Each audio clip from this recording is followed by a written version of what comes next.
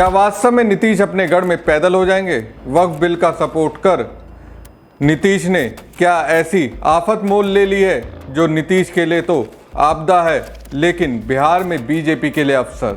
नमस्कार दोस्तों, मैं हूं परवीन सानी और आप देख रहे हैं द राजनीति।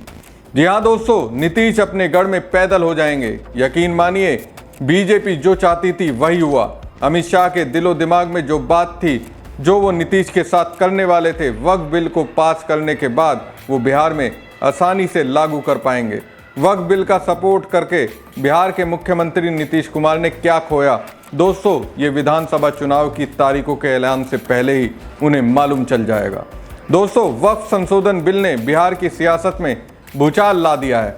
खासकर नीतीश कुमार की पार्टी जेडीयू में भगदड़ मची हुई है। वक्फ बिल पर जेडीयू के स्टैंड से पार्टी के भीतर भयंकर वाली नाराजगी है। एक के बाद एक कई नेता जेडीयू का साथ छोड़ रहे हैं।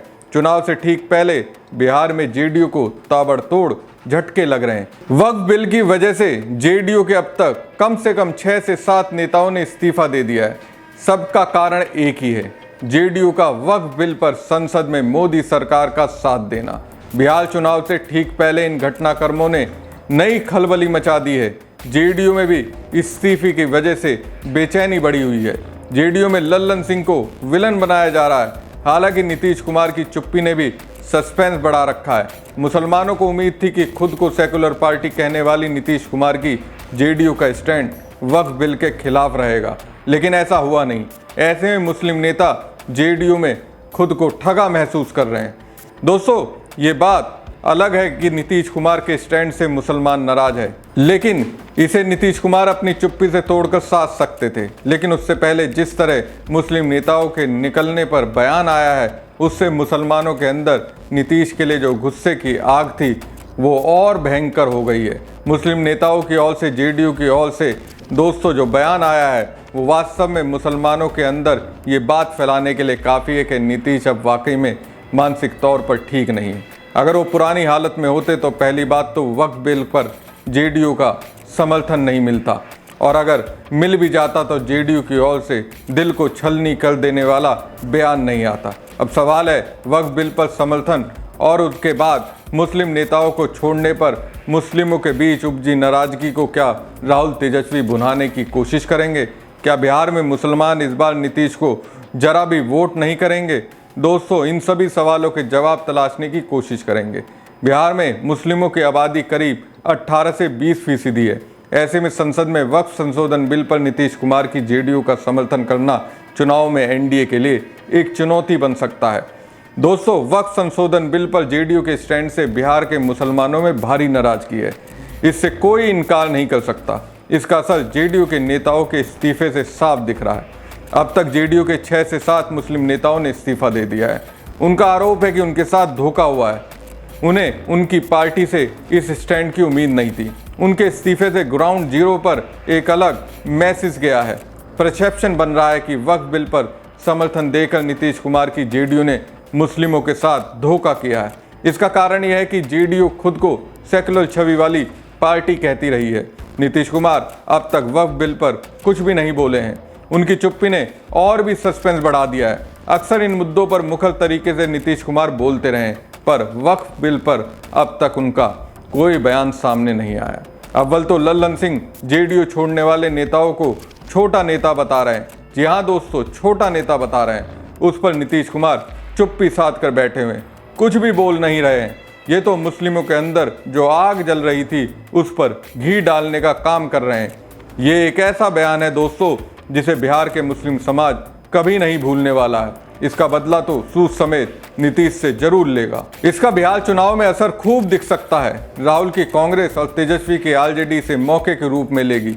बिहार के मुसलमानों को बताएगी कि संसद में जेडीयू का वक्फ बिल पर क्या स्टैंड रहा, और उसके बाद नीतीश के नेता लल्लन सिंह कैसे मुस्लिमों को जला रहे हैं। सब कुछ जमीन पर जाकर बताएंगे। बिहार में मुस्लिम आबादी करीब 18 से 20% है। ज़्यादातर आबादी सीमांचल में रहती है। जेडीयू के समर्थन से मुस्लिम समुदाय में नाराजगी बढ़ी है। ऐसी अटकलें लगाई जा रही कि वोट आरजेडी कांग्रेस गठबंधन की ओर जा सकता है। दोस्तों, जेडीयू में अब वक्फ बिल पर दरार पड़ने लगी है। जेडीयू के अल्पसंख्यक प्रकोष्ठ के 4 नेताओं ने इस्तीफा दे दिया और एमएलसी गुलाम घोष जैसे वरिष्ठ नेता ने विरोध जताया था। इससे नीतीश की पकड़ कमजोर हो सकती है। जेडीयू के मुस्लिम वोटर जो वोट करते थे वो खिसक सकते हैं। इसका डर अब खुद जेडीयू नेताओं को भी भीतर ही भीतर सताने लगा है। इसमें कोई शक नहीं कि वक्फ बिल पर जेडीयू के स्टैंड ने राहुल तेजस्वी यादव को हथियार की तरह सियासी इस्तेमाल करने का मौका दिया है। राहुल गांधी और तेजस्वी यादव इसे मुस्लिम विरोधी बताकर जेडीयू के खिलाफ आक्रामक रुख अपना सकते हैं। हालांकि इन्हें बताने की भी जरूरत नहीं पड़ेगी।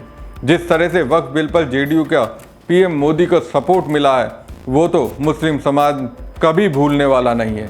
सीमांचल और कोसी जैसे क्षेत्रों में इसका असर अभी से देखा जा रहा है। बिहार में आरजेडी का मुख्य वोट बैंक एमवाई रहा है, मुसलमान और यादव। हालांकि ये भी सच है कि पिछले कुछ चुनाव से मुसलमान पूरी तरह से लालू यादव की आरजेडी को वोट नहीं करते। अब इस वक्फ बिल से तेजस्वी के पास पूरा मुस्लिम वोट बैंक अपने पाले में खींचने का मौका है। चुनाव में आरजेडी और कांग्रेस इसे सेकुलरिज्म का मुद्दा बनाकर जेडीयू को घेरने की कोशिश कर सकते हैं। अभी जो हलचल दिख रही है उससे साफ लग रहा है कि जेडीयू का वक्फ बिल समर्थन एक जोखिम भरा दाव हो सकता है। नीतीश कुमार की छवि और मुस्लिम वोट बैंक पर इसका असर चुनावी नतीजों को प्रभावित कर सकता है। अगर जेडीयू इस नुकसान को संभाल नहीं पाई तो बिहार में सत्ता की कुर्सी पर उसकी पकड़ कमजोर हो सकती है। हालांकि जेडीयू अभी से डैमेज कंट्रोल में जुट गई है और माना जा रहा है कि वक्फ बिल के फायदे बताने के लिए जेडीयू एक अभियान चलाएगी। जेडीयू नेता घर घर जाएंगे और मुसलमानों को वक्फ बिल के फायदे बताएंगे। जेडीयू नेता मुस्लिमों की नाराजगी को दूर करने की कोशिश करेंगे। हालांकि ये चुनाव बाद तय हो जाएगा कि इस बार बिहार के मुसलमान किसका कल्याण करेंगे। हमारी खबर आपको कैसी लगी कमेंट बॉक्स में कमेंट करके जरूर बताएं। साथ ही पेज को ज़्यादा से ज़्यादा लाइक और शेयर कीजिएगा। धन्यवाद।